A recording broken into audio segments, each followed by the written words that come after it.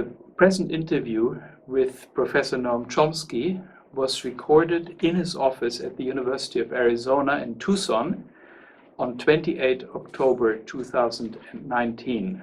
The interviewer is Thomas Pogge. Professor Chomsky, you have spent over 70 years analyzing politics and seeking to change it.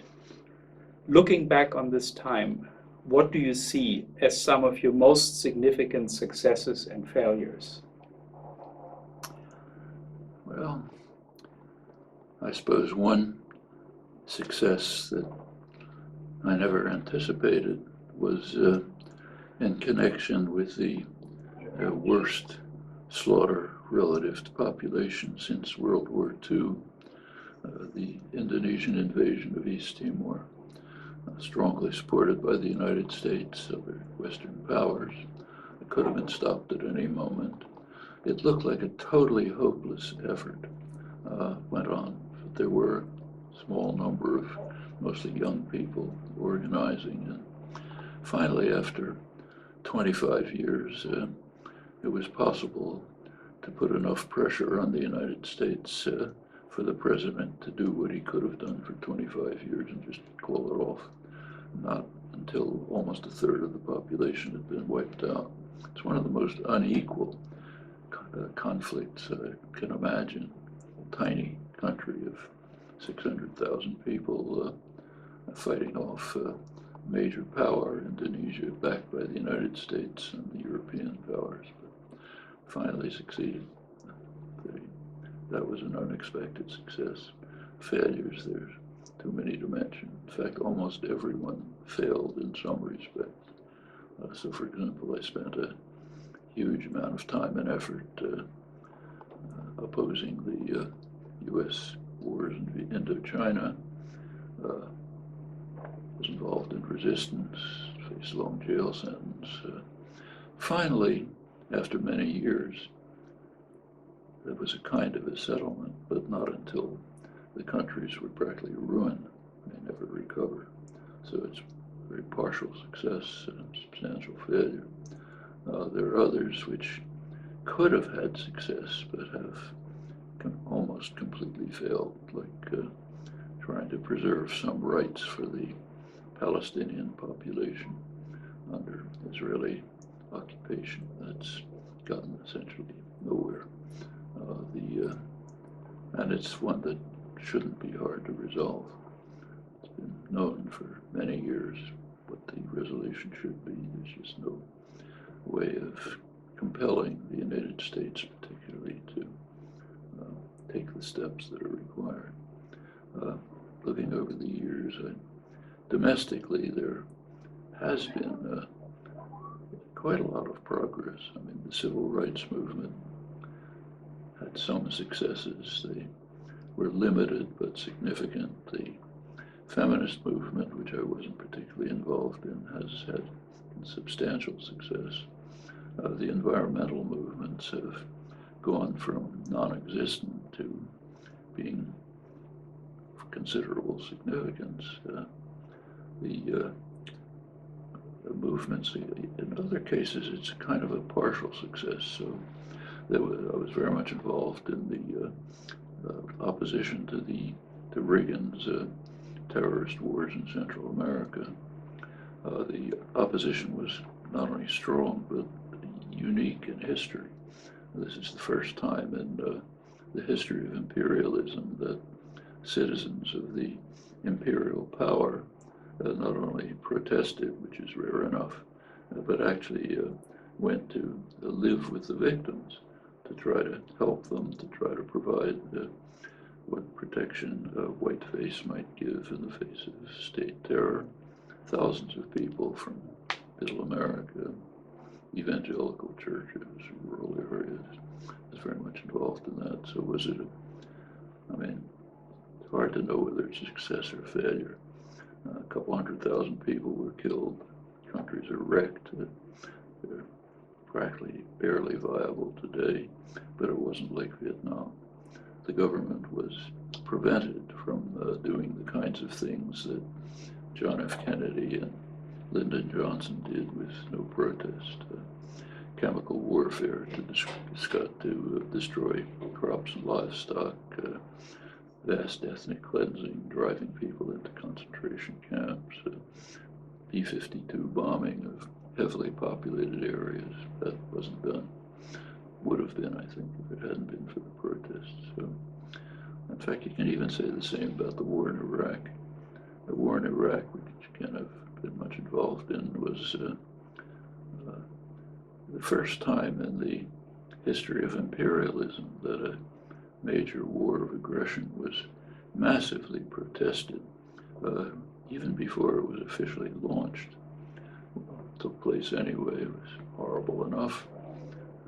Many consequences, including ISIS and others.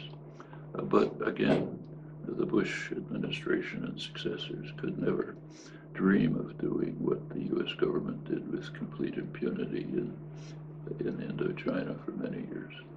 So, what can you say? There's some, I can't point to something that's a total success by any means. There are partial successes. There are failures to achieve what one hoped could have been done.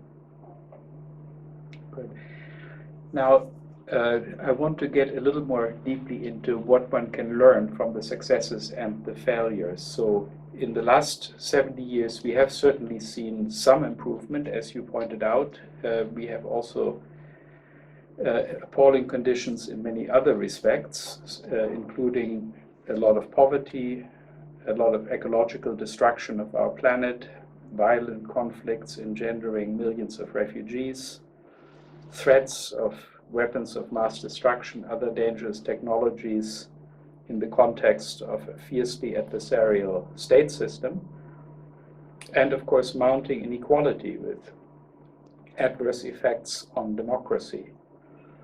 There is widespread political and corporate corruption facilitated by a mighty network of tax havens, shell companies, sleazy lawyers, accountants, bankers, and financial advisors. And in the face of these large problems and others, we have, of course, practical reason to be optimistic and to tell ourselves and each other that a better world is possible if only we work hard enough to promote it. But if you look at the human world soberly from the standpoint of a seasoned analyst of human affairs, how much chance do you see of a bright future for humanity? How likely is it that humanity will ever realize the kind of decent global political order that we seek and that we believe to be possible? Well, actually, there's a prior question that has to be asked. How much chance is there for a future for humanity, Yeah. bright or dark? It's the first time we have to face the fact that for the first time in human history, decisions that will be made within the next few years will in fact determine whether an organized human society can survive in anything like any form that we know about. The environmental crisis is extremely severe.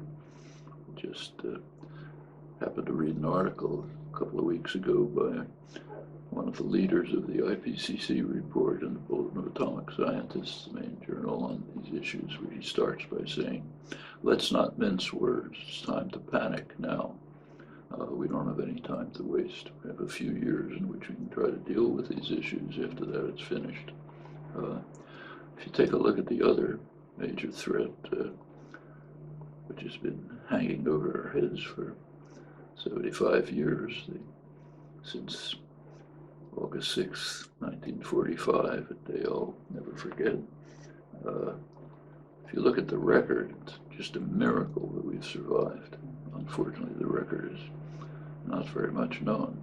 Actually, William Perry, the former Secretary of Defense, recently said that he's terrified, doubly terrified, first by the enormity of the threat that's developing, secondly by the fact that there's almost no attention being paid to it.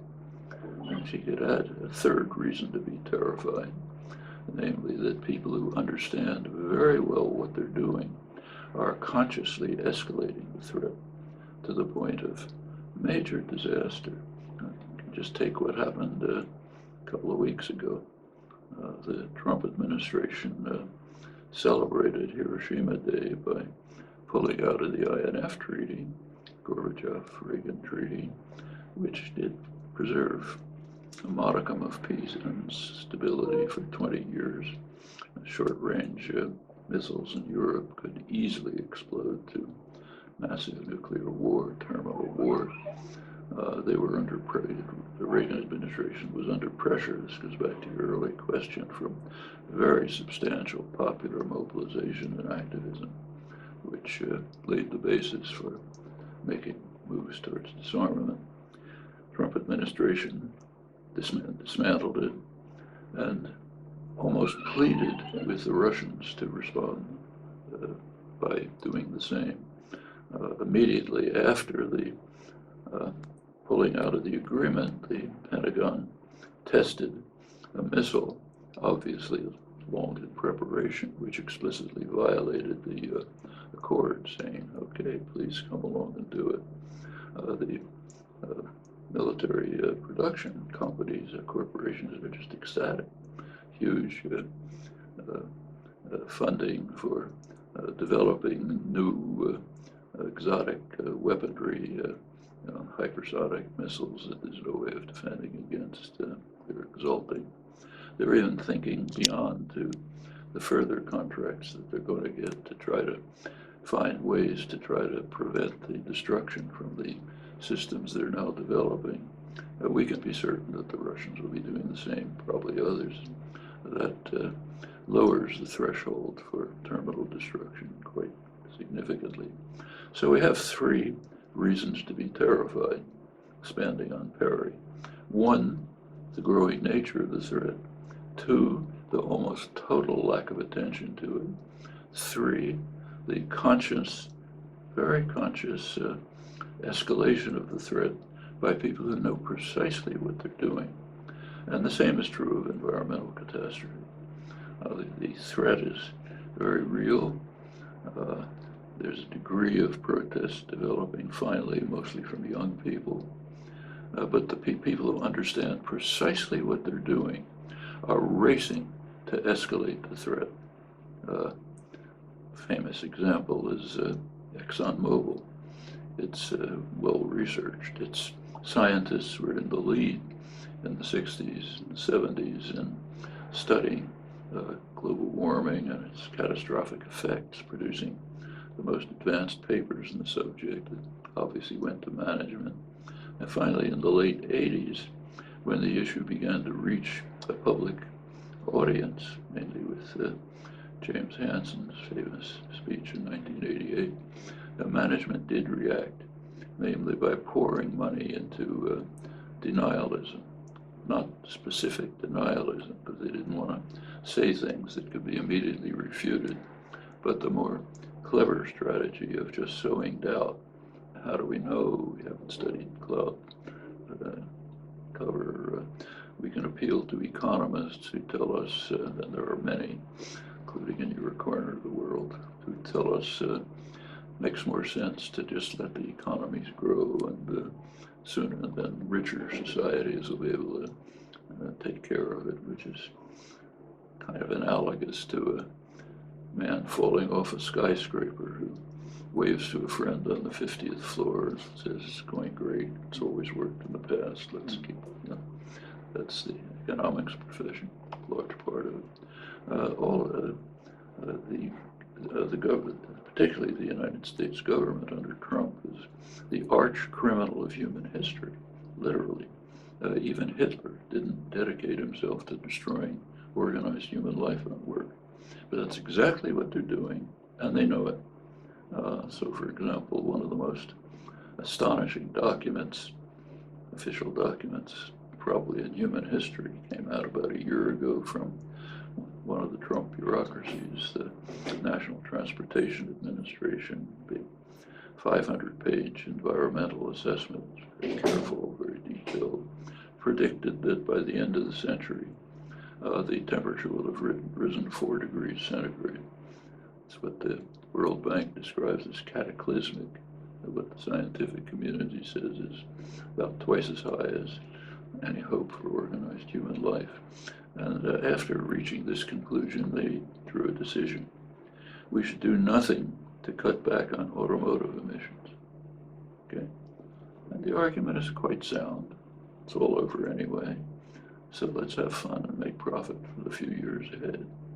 Can you think of anything like that in human history? Anything remotely like it? But here we come to the triple terrified again.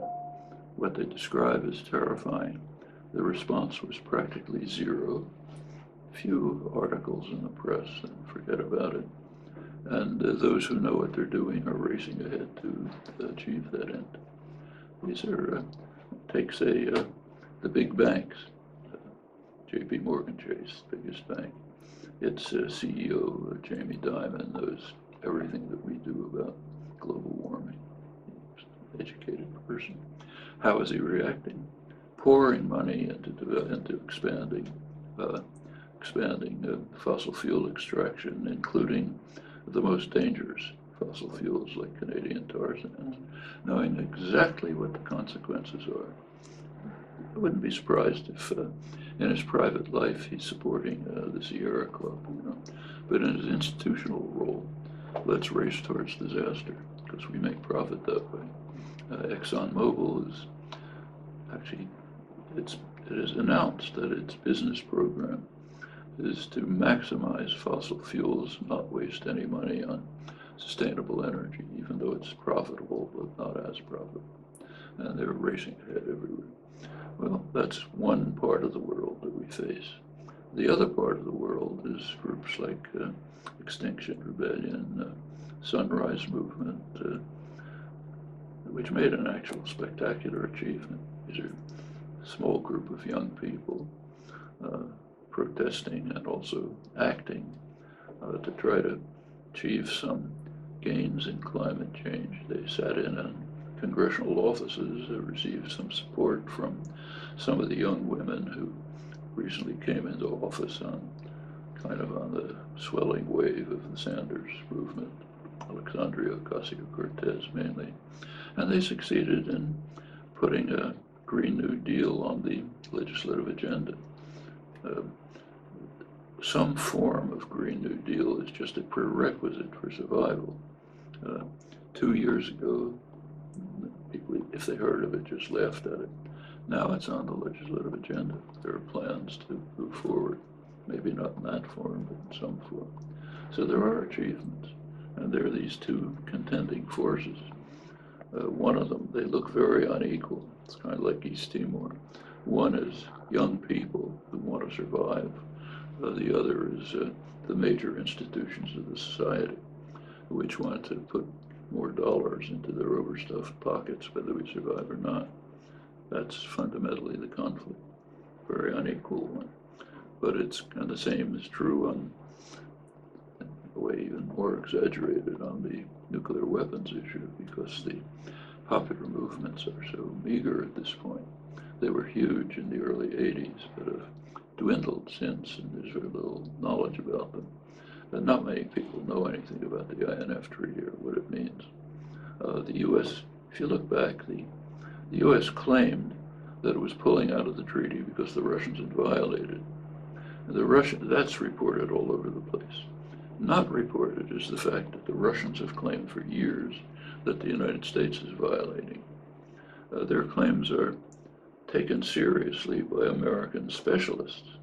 So again, the Bulletin of Atomic Scientists recently had a lead article by one of the leading American specialists on these issues, Theodore Postel, which ran through the Russian claims and argued that they're pretty credible.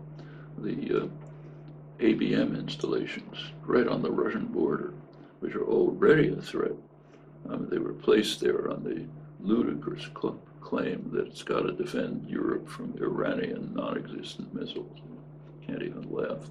But it's very well understood on all sides that ABMs are not a defensive weapon. They're a first strike weapon. It's inconceivable that they could affect a first strike, but conceivably they might limit a retaliatory strike. So essentially they're a first strike weapon sitting right on the Russian border.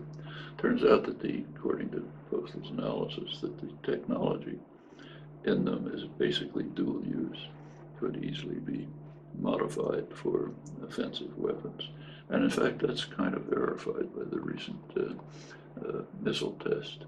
Turns out the technology that it used, the recent one in August violating the INF Treaty, does in fact use much of the same technology as in the ABM systems. So here you have two great powers, each of which is arguing that the other has violated a crucial treaty. In a sane world, it's obvious what would happen. They would move towards negotiations. They'd bring in outside independent experts and try to see what the facts are and resolve them. It's not our world. In an insane world, which is ours, what they do is, let's break the treaty and try to create more destructive weapons without anybody paying attention. That's our world. And here, unfortunately, we're back to the second and the third reason to be terrified. Little attention, and the people involved are racing ahead consciously, including the ones who are pretty much respected, like Jim Mattis, who resigned from the Trump administration because couldn't stand their policies any longer, and is regarded almost with reverence as the one serious adult in the room. He was the one who was behind the new national security strategy, which is virtually insane. I mean, the goal of the national security strategy is to place the United States in a position where it can win 2 nuclear wars simultaneously against China and Russia. That's beyond insanity. If you had even the beginning of one nuclear war, everybody'd be dead, you know, just from the effects of nuclear winter, even those who carried out the first strike. So we're devoting ourselves to finding a way to destroying the world 50 times over. I mean, it's hard to know what to say about this, and he's respected. Well, that's the problem on the institutional level. On the human level, the popular level, we do have popular movements, mostly young people, not so much on the nuclear issue. And when you turn to the problems of, it's kind of interesting that as you know, the Bulletin of Atomic Scientists has a doomsday clock, which they set every year. Last year, they set it as close as it's ever been to midnight, 2 minutes to midnight, which they called the new abnormal. And they added to the reasons they've used in the past. In the past, it was, of course, the nuclear threat. In recent years, the environmental threat. Now, this time they added a third reason, that basically the deterioration and destruction of democratic forms. Sounds a little different, but it makes sense. That's the only possibility for dealing with the first 2 issues.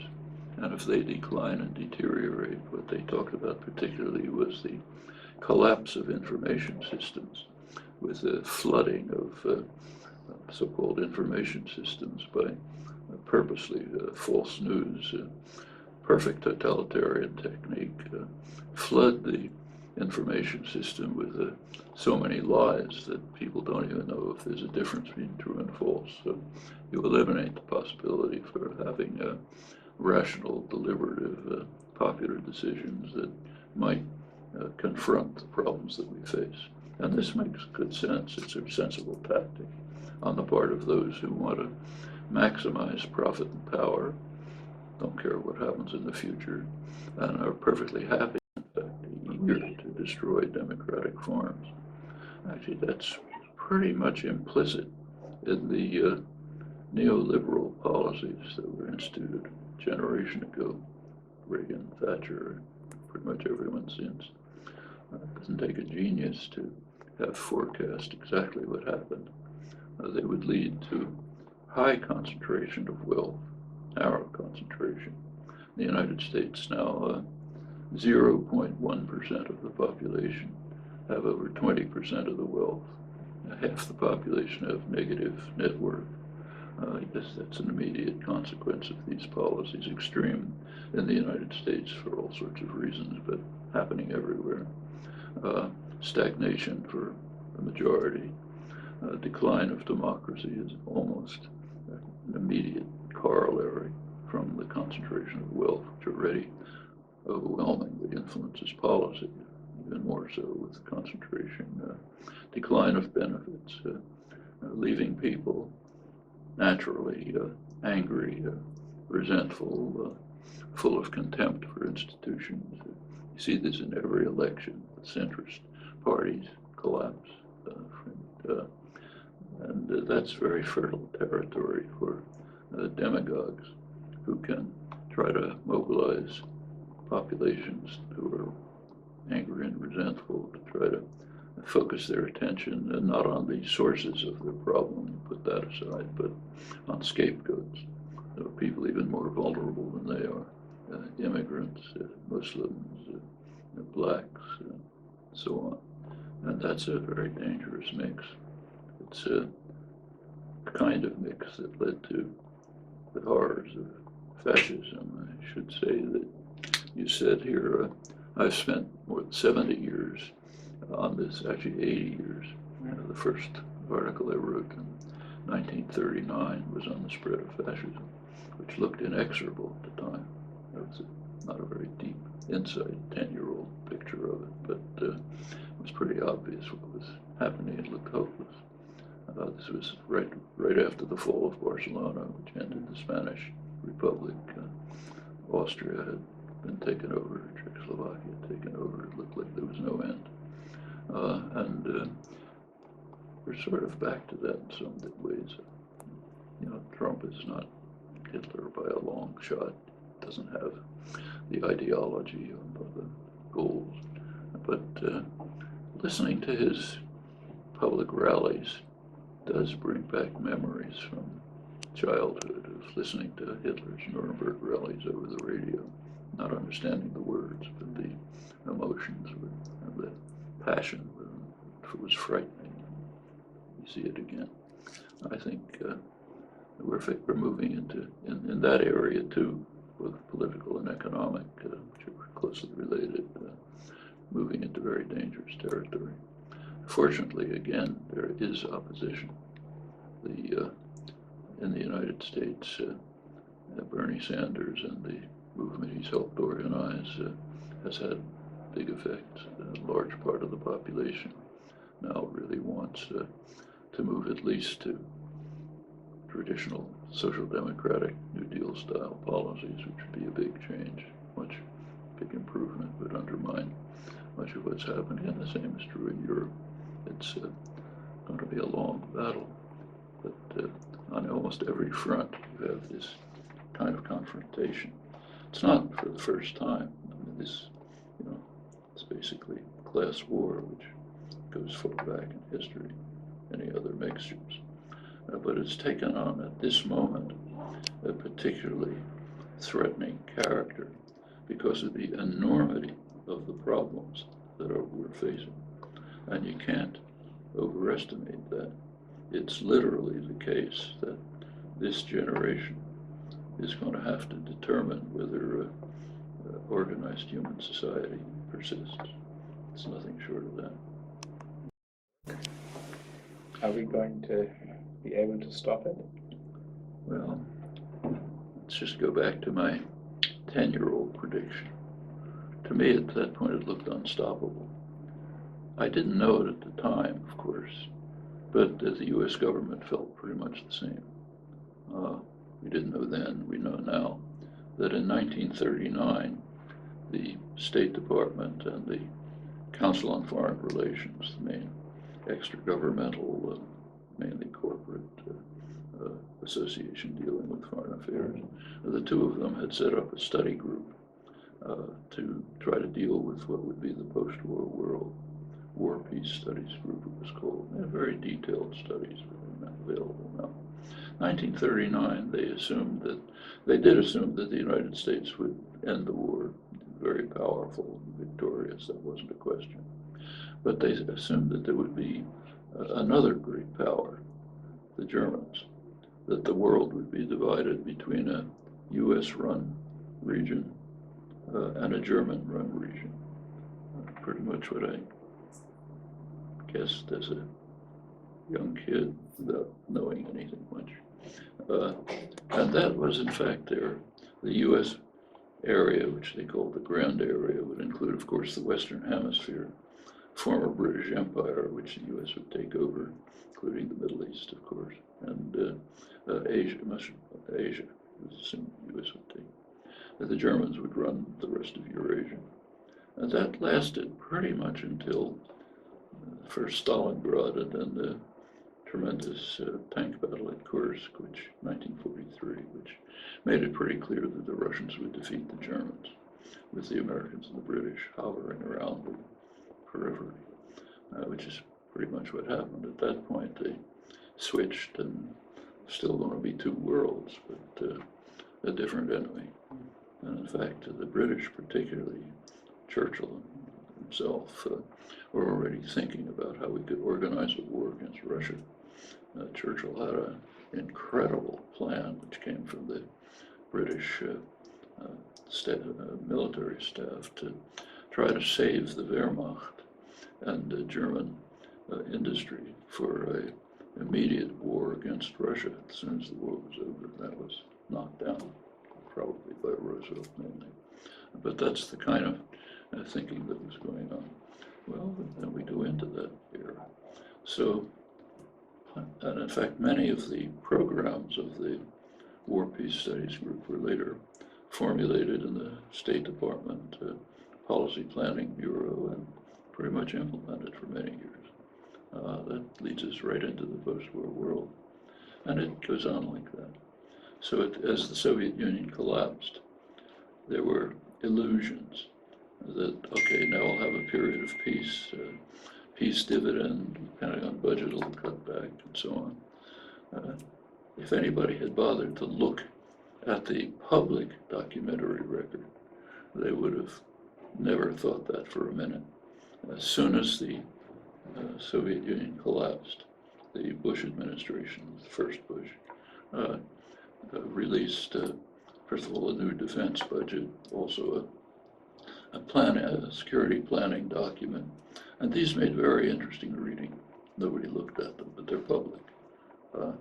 They said basically we have to keep up the military budget as pretty much as before, no Russians. But and the reason is because I'm not making this up, because of the technological sophistication of third world powers. That's why we have to have this immense machine which can blow up the world in 5 minutes. Did anybody laugh? Nobody even looked. Then it said we're going to be fighting wars, but these are going to be wars against much weaker enemies. Now we have to defeat them quickly and decisively, or it'll have a negative impact on us. They talked about the Middle East, where main place where U.S. intervention forces are focused under the Carter Doctrine, but even before. And they said we have to maintain intervention forces aimed at the Middle East. And then came this interesting phrase, where the threats to our interests could not be laid at the Kremlin's door. In other words, sorry folks, we've been lying to you for 50 years, but it wasn't the Russians at all. It was what they call radical nationalism, independent nationalism that doesn't conform to our goals. So that's why we have to keep these intervention forces focused, which of course was always true, but every single action for the preceding 60 years has been the Russians are coming. So okay, we made a mistake, can't be laid at the Kremlin's door now that there's no Kremlin, but we have to keep doing exactly what we were doing. And it happened almost exactly like that. A couple of weeks after the fall of the Berlin Wall, the U.S. invaded Panama. Pretty standard imperial intervention, killed thousands of people, mostly poor people. The goal was to kidnap a guy who was indeed a thug, but a thug who the U.S. introduced, Noriega. he was introduced and supported by the United States, supported him through fake elections. He made a mistake. He started disobeying orders. Okay, don't take that kind of thing. This is the mafia, after all. Guy starts disobeying orders, cut off his head. So invaded Panama, and managed to kidnap him, take him back to the trial, and so on. Overrode UN veto resolutions and so on. Did anybody care? Everybody cheered. A couple of months later, Saddam Hussein invaded Kuwait. He actually had a reason.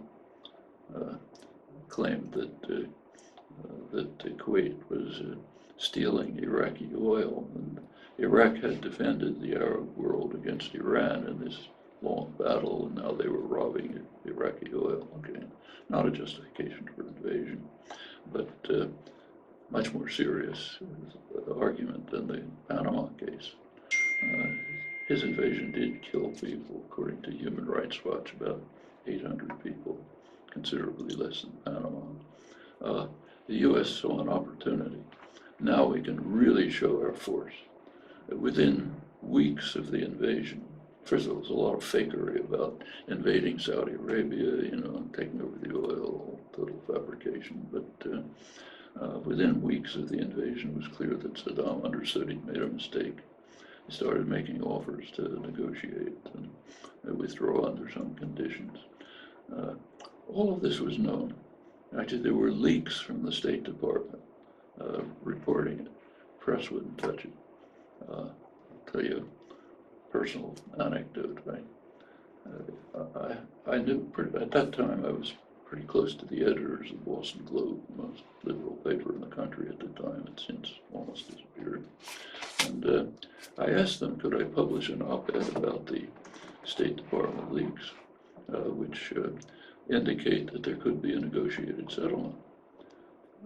They were quite friendly at the time. They said, yeah, you can do it, but you have to do it after the U.S. invades. So in fact, they did publish the article, but right after the invasion, January. This is right after the fall of the Soviet Union. Nothing changed.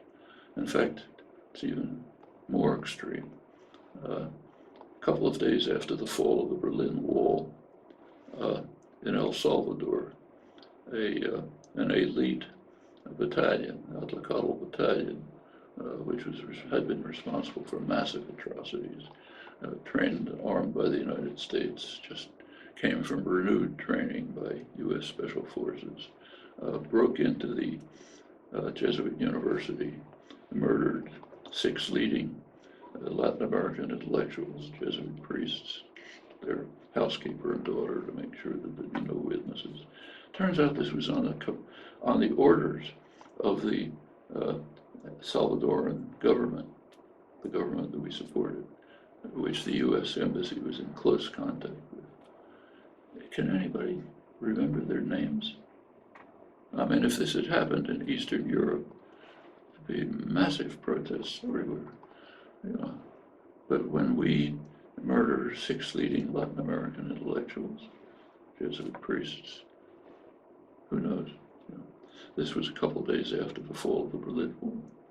Nothing, And it's not an isolated incident.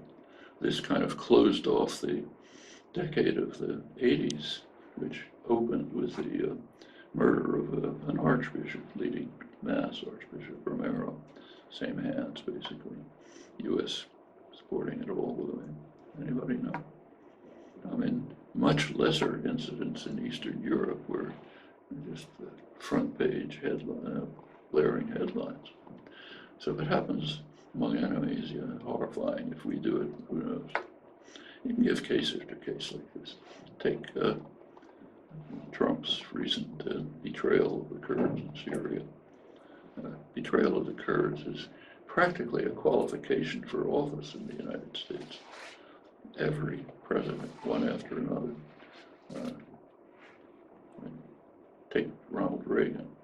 When his friend Saddam Hussein, who the U.S. was supporting, carried out chemical warfare attacks against Iraqi Kurds, the Halabja massacre and others, huge atrocities. How did government react? Well, Congress tried to protest.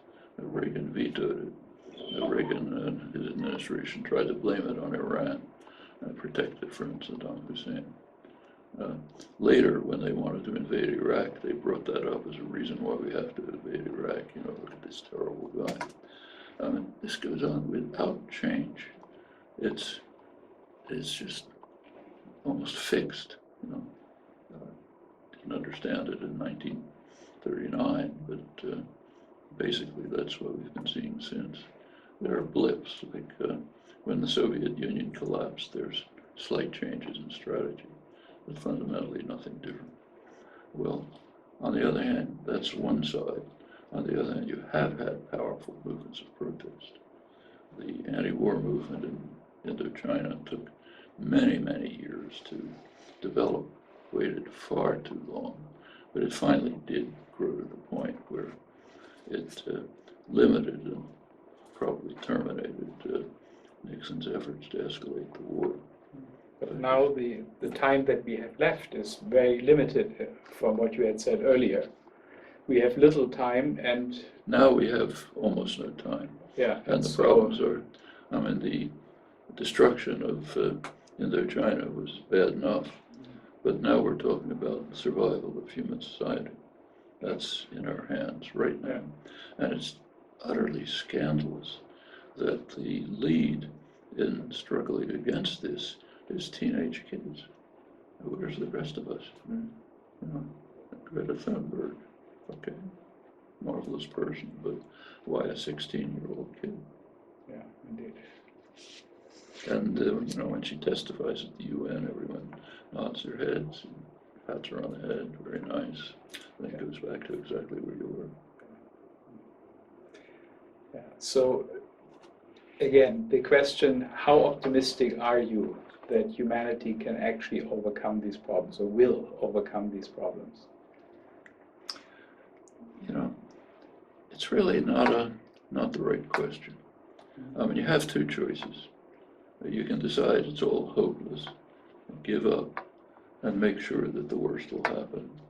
Or you can try to grasp what opportunities there are, and they do exist, and dedicate yourself to that. Maybe you'll make a better world. So those are the choices ask always. The theoretical question, doesn't matter ask what the your practical predictions question. are, which don't mean anything anyway. Good. So then I come to the next one. Learning from the last 50 years of progressive politics, what advice would you give to the next generation? How can they be more successful than your generation has been? Should they aim to build a more focused movement that attacks the great political evils in a certain plausible order? If so, what is the essential problem on which progressive political energies should now be focused? Well, I think there are dangers. There's always the tendency towards adventurism, and not thinking through the consequences of what you're doing, but doing it because you think the problems are so terrible, we just have to act out. So, for example, take, say, the weathermen at the latter part of the Vietnam War. Young kids, nice kids, I knew a lot of them, horrified about the war, feeling this is so awful, we've just got to march down Main Street and break windows and attack banks and so on. The Vietnamese were horrified. I remember meetings with Vietnamese saying, you've got to talk them out of doing this. What they wanted was mild protests, so mild that the peace movement laughed at them, because the Vietnamese didn't care how Americans felt.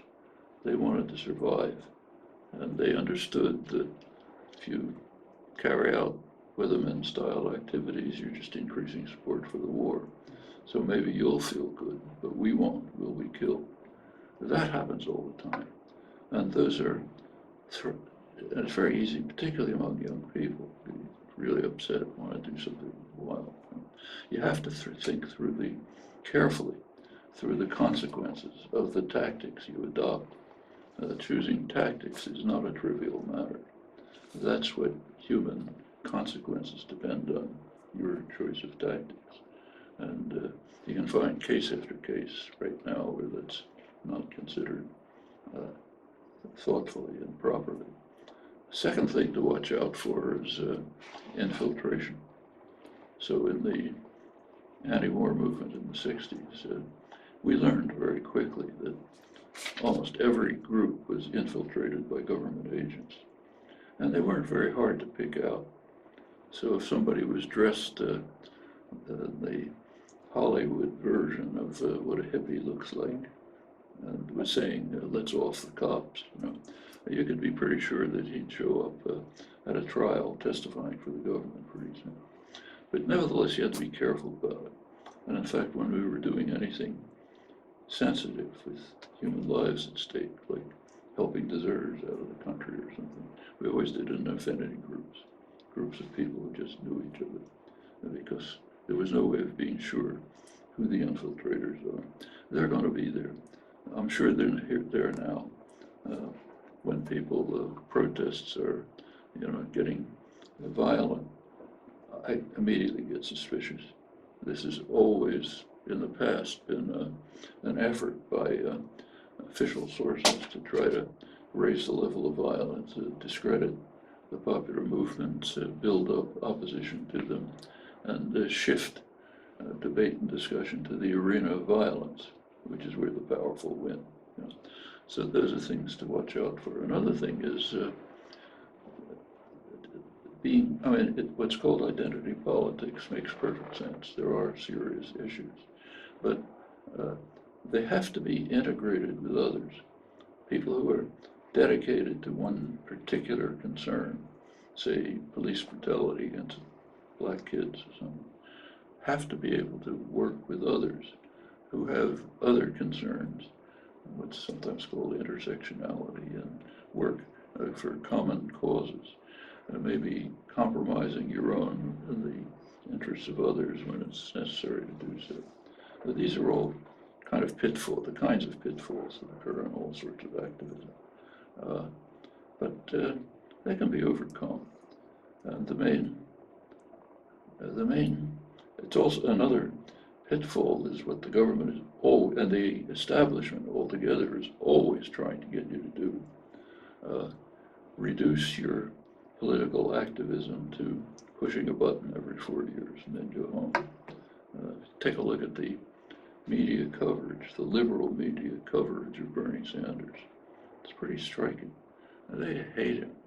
And so, for example, the New York Times recently, a couple days ago, had an article on the Democratic establishment and how they're not sure that their candidates are really the right ones. Maybe they should bring in Hillary Clinton or somebody else. And they go through the top Democratic candidates. Joe Biden, Elizabeth Warren, Pete Buttigieg.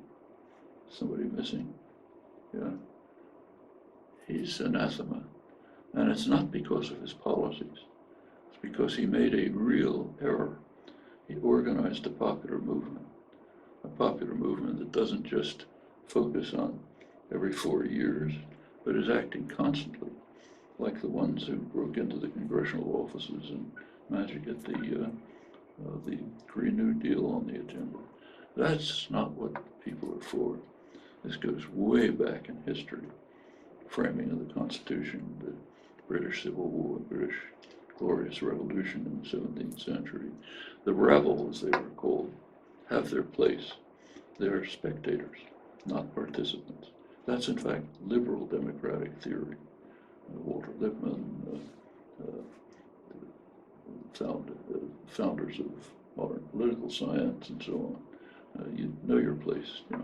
It's not your business to run things. That's for us. And breaking that is a very important thing. If popular movements are going to be effective, they're going to be constant. There's nothing wrong with participating in electoral politics, but that's a pretty marginal part of it. It's the other things you do that matter. That's another pitfall to worry about. On the other hand, the advice is just obvious. There are existential issues that just have to be in the forefront. If they're not settled, nothing else is going to matter.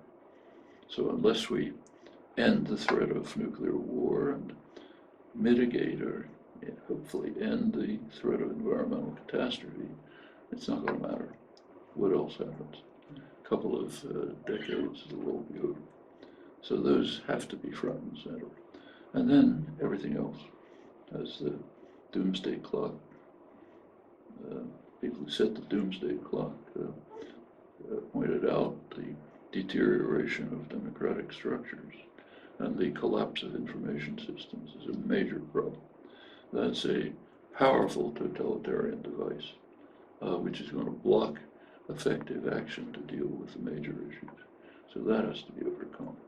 The problem of massive inequality, say in Europe, where it's really extreme, where the policy choices have almost been taken out of the hands of populations. It's all in the hands of an unelected bureaucracy in Brussels. That's part of the European Union structure at this point. No wonder people are angry and upset, since everything's taken out of their hands anyway, along with the highly destructive austerity programs, which have no serious economic basis and are just devastating societies. And still rich societies and have lots of protection from their traditional social structure, but it's battering away at them. In the United States, it's worse because the structure is much weaker. But all of these things have to be addressed at the same time as problems of sexism, misogyny, anti-immigrant hysteria, children in concentration camps along the border not very far from us. All these things have to be dealt with, and they all integrate, they all interact with one another. Where you put your energy depends on your personal tastes, concerns, what strikes you, what you think you're good at. But it has to be done with an eye to the validity of parallel concerns on the side, which we hope to interact with. It's not an easy task, and it's, again, scandalous that this burden is placed on teenage kids. So impact is obviously one very important consideration. Impact, where can I have the most impact on history? But there are other considerations as well, sort of the ends don't always justify the means, you might say, and you have spent a considerable amount of time as a kind of witness to history, collecting information and evidence, showing what actually happened, setting the record straight, even when the victims in the particular case that you were focusing on could no longer really benefit from that. So how do you trade off these concerns? What do you think are the standards by which you have oriented your political life? I mean, there are some standards which are virtual truisms, like the major existential concerns always have to be in the forefront. But for a particular individual, what he or she does depends on individual characteristics. What issue strikes you as the kind of thing you can do something about? Maybe it's fixing things in the local community where you live. Okay, and do that. There's no general principle. It can't be. Life is not an axiom. Yeah, but I mean, for you personally, how have you resolved these things? It's very hard to say. Like, why say pick out East Timor? Yeah. You know why? Because I barely knew about it. There was nothing reported about it. But there were 2 or 3 young people, as usual, happened to be graduate students in an East Asia Studies program, the best one at Cornell, students of George Cahan, great Southeast Asia scholar, who learned about the East Timor situation, were appalled by it. Arnold Cohen was the main one, should get 10 Nobel Prizes if they meant anything, and began to try to organize support for it. Contacted me, we talked about it, I went to some meetings, and he went on. He's almost unknown, but he's personally has most of the responsibility for the fact that it finally ended. He purposely kept quiet in the background, and that happened to be my personal. Once I got involved, once you put your toe in one of these things, you're caught, no matter what it is. They're so dramatic. Like you go to, as I've done, to a poor village in southern Colombia, hours away from the Pan-American Highway. You finally get there over a dirt road. You pass a small cemetery with some wooden crosses where people in the village were wiped out by U.S.-backed paramilitaries. And get into the village and talk to the people and so on. After that, you're just people who are trying to protect the mountain near their village from being taken over by Canadian mining corporations, which will wipe out their agriculture, their water supply, and so on. And just spend a couple hours like that, and you're just immersed in that problem. And the same is true almost everything. Go downtown and spend some time with homeless people. Okay, but anywhere you look, there's problems so gripping and dramatic that you just can't help being involved in them. And it's just a choice. You can't do everything. So you try to pick things that somehow matter to you. One thing that you already mentioned is this inexorable rise in inequality. Wealth inequality you mentioned. You also mentioned how that corrodes democracy and any kind of political equality. Is there any way that, or how could that possibly be rolled back? How can we get to a world in which... Plenty of ways. They're not very mysterious. Mm-hmm. So, for example, a wealth tax, not in the way it was done in Europe, which didn't work. There were too many evasions. But it can be done without all of that evasive structure that Europe had built in. That I think could work. Actually, Zuckman and Zayes, who talk about have very concrete plans for that. That would make a difference. Could it be passed politically? Could it get through the Congress? That depends on the strength of popular movement. Mm-hmm. Anything can be passed if you have enough popular support for it. If you're banging on the doors of the members of Congress, no matter how much they're being paid off, they have to be elected. Okay, so that's that can be passed. Yes, no, it won't be easy. Financial transaction tax would make a lot of sense. It would bring in plenty of money. It would cut back the operations of the financial institutions, which are simply destructive and predatory, like whether you can make a trade, a microsecond before the guy across the street. So, all of that, plenty of things. The tax, here's something where public opinion has been very strong for years. For about 40 years, I guess, the polls have been taken on the United States on taxes. And basically, two questions asked.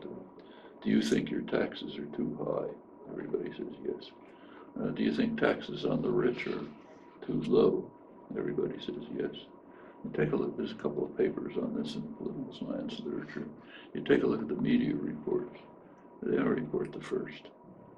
And taxes are too low. Actually, that's a very interesting result. That's kind of a measure of whether democracies function. If you had a functioning democracy, people would celebrate the day when they pay their taxes. Great. This is the day when we've made decisions about what has to be done in the society and how much everyone should contribute. Now these decisions are being implemented. Let's cheer. The more taxes are opposed and feared, the more you know democracy isn't functioning. The slogan, there's nothing you can get away with except death and you can't get away with death and taxes. That's telling you we don't live in a democracy. It's a very simple measure. And the fact that people think their taxes are too high is telling you we don't believe with anything that's being done. That those guys up there are making decisions we don't have anything to do with it. They're stealing from us. Okay? We have to move towards a society where you celebrate your joint decisions about how to keep your societies running effectively. I'm glad I want to have my schools running. I'd like to have a park. I want to be able to drive on the roads. So great. We're very far from that. Yeah. And given globalization, of course, the problem of inequality is even greater because rich people can play off different countries against each other and can basically take their money out, get a different citizenship. Well, that was the problem with the European wealth tax. Yeah. It was set up in such a way that somebody in France could pretend to be in Luxembourg. But that's not necessary. You can have the constraints against that. So, for example, in the U.S. system, theoretically, it's not implemented. A person is taxed, with a U.S. citizen is taxed no matter where he is. And you can, now somebody could say, okay, I'll give him up my citizenship, but not many people are going to do that to save a little money. The tax havens are instituted by policy. That's not a law of nature. They take trillions of dollars. By some estimates, maybe $20 trillion. Like Apple Computers, the biggest corporation. Its corporate headquarters are in Ireland, where they probably have an office about this size and a secretary. It's not graven in stone. All of these things can be dealt with.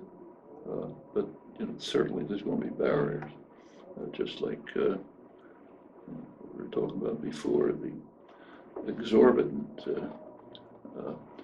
protectionist principles that are written into the World Trade Organization, radically anti-free trade agreements. The intellectual property rights have patent rights way beyond anything in the past. If they had been a part of the international system 200 years ago, the United States would be exporting fish and fur. It would be impossible to develop. They shouldn't exist. There's a lot of bipartisan protest here in the United States against China because it's not observing intellectual property rights. The population should be cheering. Who gains from the fact that there's exorbitant patents on pharmaceuticals? Not people.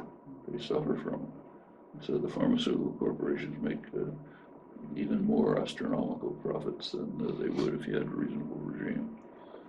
All of these things are under control.